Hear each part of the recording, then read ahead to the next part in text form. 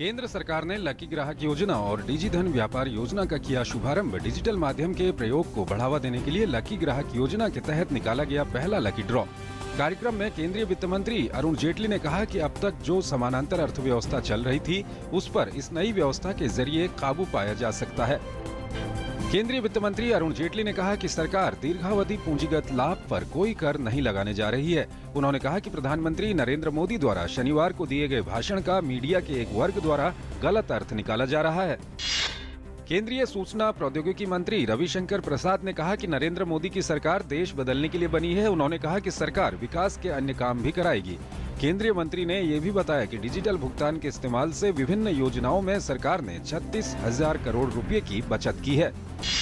नीति आयोग के मुख्य कार्यकारी अधिकारी अमिताभ कांत ने डिजिटल भुगतान को बढ़ावा दिए जाने पर बल दिया। उन्होंने डिजिधन योजना के तहत मिलने वाले पुरस्कारों का जिक्र किया। Rio Paralympic silver medalist Deepa Malik ने इस अवसर पर लोगों से डिजिटल माध्यम को अपनाने का आह्वान किया और कहा कि ये बहुत सरल और देश के लिए फायदेमंद है। पीएम नरेंद्र मोदी ने काले धन के खिलाफ निर्णायक कार्रवाई का किया वादा। कहा, अब पीछे हटने का कोई सवाल नहीं। मन की बात कार्यक्रम में लोगों से भ्रष्टाचार पर लगाम लगाने में परिवर्तन एजेंट के रूप में कार्य करने का किया आह्वान। विमुद्रीकरण के बाद रोजाना नए नियमों की आलोचना करने पर पीएम मोदी ने विरोधियों पर साधा निशाना। कहा, नए नियम से लोगों को अनावश्यक असुविधाओं से बचाना और भ्रष्टाचारियों पर लगाम लगाना है मकसद। प्रधानमंत्री नरेंद्र मोदी ने राजनीतिक दलों को धन पर विशेष रियायत देने की अफवाहों को खारिज किया। कहा, सबके लिए बराबर है कानून।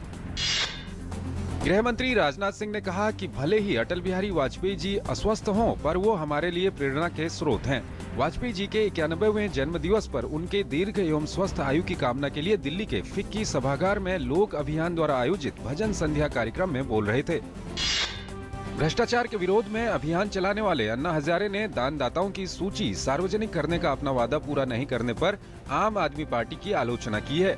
अन्ना हजारे ने दानदाताओं की सूची पार्टी वेबसाइट से हटाने को लेकर अरविंद केजरीवाल से सवाल करते हुए कहा कि आप संयोजक अरविंद केजरीवाल ताकत और पैसे से प्रभावित होकर कोई बदलाव नहीं ला सके। अन्ना हजारे ने ऐसे समय में आपकी आलोचना की है जब आप कांग्रेस और भाजपा से उसके धन स्रोत को लेकर सवाल कर रही है। काले धन पर सरकार की सख्ती की कड़ी में महाराष्ट्र में नवी मुंबई पुलिस ने पनवेल में नई करेंसी में 35 लाख रुपए कैश और 2 किलोग्राम सोना बरामद किया है। वहीं केरल के कन्नूर में एक निजी बस से आबकारी विभाग ने 50 लाख रुपए की अघोषित संपत्ति 2000 रुपए के नोटों में जब्त की। हिमाचल प्रदेश की राजधानी शिमला में आज सुबह से ही बर्फबारी का दौर जारी है। शिमला में इस मौसम की पहली बर्फबारी हुई है।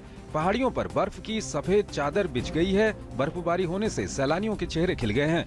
डलहौजी में भी रात से ही बर्फ पड़ रही है, जिसका सैलानी जमकर लुत्फ उठा रहे हैं।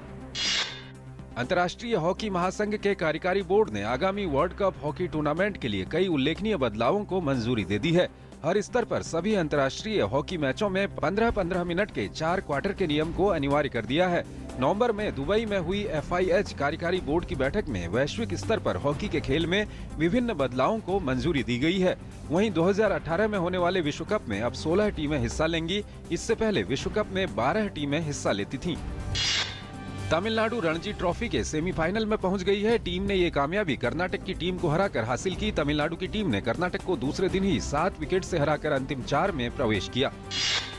AC मिलान की टीम ने इटालियन सुपर कप का खिताब अपने नाम कर लिया है। टीम ने ये खिताब फाइनल मुकाबले में यूवेंटस की टीम को हराकर हासिल किया। टीम ने इस खिताब को 2011 के बाद अपने नाम किया है। इस सीजन में ये दूसरी बार है जब AC मिलान की टीम ने यूवेंटस को हराया है।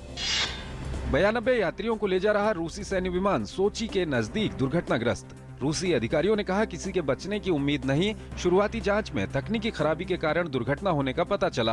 प्रधानमंत्री नरेंद्र मोदी ने इस दुखद घटना पर शोक व्यक्त करते हुए कहा कि इस दुख की घड़ी में हम रूस के साथ हैं। दुनिया भर में क्रिसमस की धूम। राष्ट्रपति, उपराष्ट्रपति और PM ने दी लोगों को बधाई। बर्लिन में ट्रक हमले के बाद क्रिसमस के मौके पर समूचे यूरोप में हाई अलर्ट।